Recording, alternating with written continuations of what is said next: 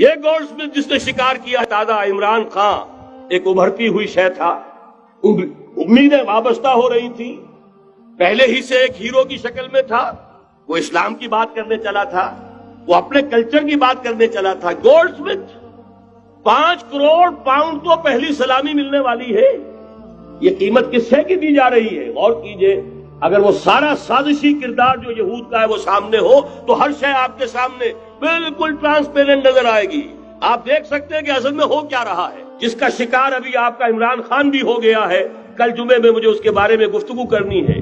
وہ order of the الومناٹی 1776 میں قائم کیا گیا تھا، یہودیوں کی سازش، وہ آج تک چل رہی ہے۔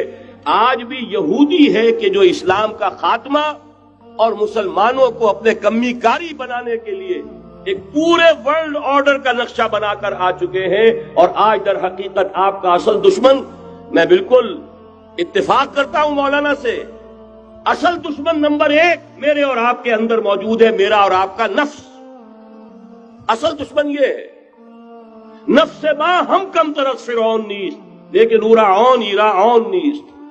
اور دوسرا خارجی دشمن سب سے بڑا یہودی، لیکن یہ کہ اس وقت کے اور اس وقت کے حالات میں ایک بڑا فرق واقع ہوا ہے۔ مجھے اقبال کے وہ شعر یاد آ رہے ہیں، دنیا کو ہے پھر مارکہ روح و بدن پیش، تہذیب نے پھر اپنے درندوں کو ابھارا، اللہ کو پامردی مومن پہ بھروسہ، ابلیس کو یورپ کی مشینوں کا سہارا۔ وہی تاریخ ستیزہ کار رہا ہے ازل سے تا امروز، چراغ مصطفی سے شرار بولہبی۔ تو دنیا کو ہے پھر مارکہ روح و بدن پیش، تہذیب نے پھر اپنے درندوں کو ابھارا، اللہ کو پامردی مومن پہ بھروسہ، ابلیس کو یورپ کی مشینوں کا سہارا۔ میں جس فرق کی طرف اشارہ کر رہا ہوں ذرا اس پر غور کیجئے۔ جس وقت یہودی حضور صلی اللہ علیہ وسلم اور صحابہ کرام کی مخالفت کر رہے تھے، ان کے اور عیسائیوں کے درمیان دشمنی تھی۔ وقالت اليہود لیست النصارى علی شیء وقالت النصارى لیست اليہود علی شیء، ان میں آپس میں سانپ اور نیولے کا بیر تھا اس وقت، جبکہ نبی اکرم صلی اللہ علیہ وسلم کے ساتھ یہود کی یہ کشاکش جاری تھی۔ یہی وجہ ہے کہ آپ کو معلوم ہے کہ قرآن مجید کہتا ہے کہ بدترین دشمن تمام انسانوں میں اہل ایمان کے وہ یہود ہیں، اور قریب ترین اگر کسی کو پاؤ گے دوستی میں مسلمانوں کے تو وہ نصارہ ہے۔ سورہ مائدہ کی آیت ہے، وَلَتَجِدَنَّ أَشَدَّ النَّاسِ عَدَاوَةً لِلَّذِينَ آمَنُوا الْيَهُودَ وَلَتَجِدَنَّ أَقْرَبَهُمْ لِلَّذِينَ آمَنُوا مَوَدَّةً لِلَّذِينَ آمَنُوا الَّذِينَ قَالُوا إِنَّا نَصَارَى۔ اس وقت صورتحال یہ تھی۔ آج زمین و آسمان کا فرق واقع ہو چکا ہے، آج یہودی عیسائی پر مسلط ہو چکا، یہودیوں نے پورا عالم عیسائیت فتح کر لیا ہے، آج پورا عالم عیسائیت یہودیت کا اعلی کار بن چکا ہے۔ چنانچہ پہلے تو ایک ہی بات تھی، یہ تو تقریباً 300-400 سال قبل ہو چکا، کہ west white Anglo Saxon Protestants یہ تو اعلی کار بن گئے تھے آج سے صدیوں پہلے، انہی کے ذریعے سے یورپ کے اندر انہوں نے سود کی اجازت حاصل کی، انہی کے ذریعے سے یہ ساری فحاشی اور یہ ساری عریانی کا جو بازار گرم کیا، یہ در حقیقت آزاد خیالی، لبرلزم، حریت فکر، حریت عمل، میں آزاد ہوں، میں ننگا جانا چاہتا ہوں بازار میں، آپ کون ہوتے روکنے والے؟ آپ اپنی آنکھیں بند کر لیں، ہم آزاد ہیں، ہم 2 مرد ہیں، شادی کرنا چاہتے ہیں، شوہر اور بیوی کی حیثیت سے رہنا چاہتے ہیں، آپ کون اعتراض کرنے والے؟ یہ سارا یہود کی سازش۔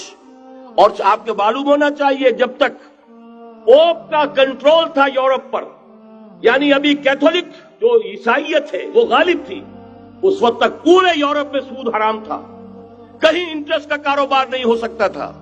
یہ پروٹیسٹنٹس کے ذریعے سے اس کی اجازت حاصل کی، نتیجہ یہ نکلا، علامہ اقبال شاعر مشرق اس صدی کے آغاز میں گیا تھا یورپ، اور وہاں جا کر اس نے دیکھ لیا تھا فرنگ کی رگے جہاں پنجے یہود میں ہے۔ معاشی اعتبار سے یہودیوں نے پورے یورپ کے اوپر اپنا تسلط قائم کر لیا تھا، اور یہ یہودی کون تھے؟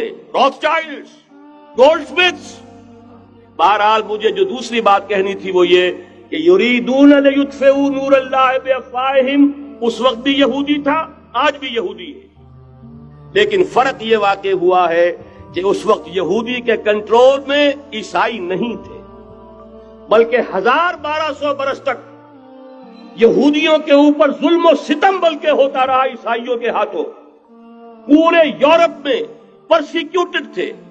انہیں اگر کہیں سہارا ملا مسلمانوں کے ذریعے سے اسپین میں ملا ہے۔ بن گوریان نے خود لکھا اپنی کتاب میں کہ ڈیورنگ دی ڈائسپورا، یہ ہمارا جو انتشار کا دور ہے 70 عیسوی سے جو شروع ہوا تھا، اس ڈائسپورا کے دوران our golden period is the period of Christian Spain، ہمارا سنہری دور وہی ہے جو مسلمان ہسپانیہ کا دور ہے۔ انہیں آرام ملا، انہیں پروٹیکشن ملی، انہیں عیش ملے، اور وہیں سے انہوں نے عیسائیت کے اندر نقب لگا کر اور وہاں سے اپنے راستے پیدا کیے۔ اور دوسرا کام یہ کیا، عیسائیوں کی عداوت کا رخ اپنی بجائے مسلمانوں کی طرف کر۔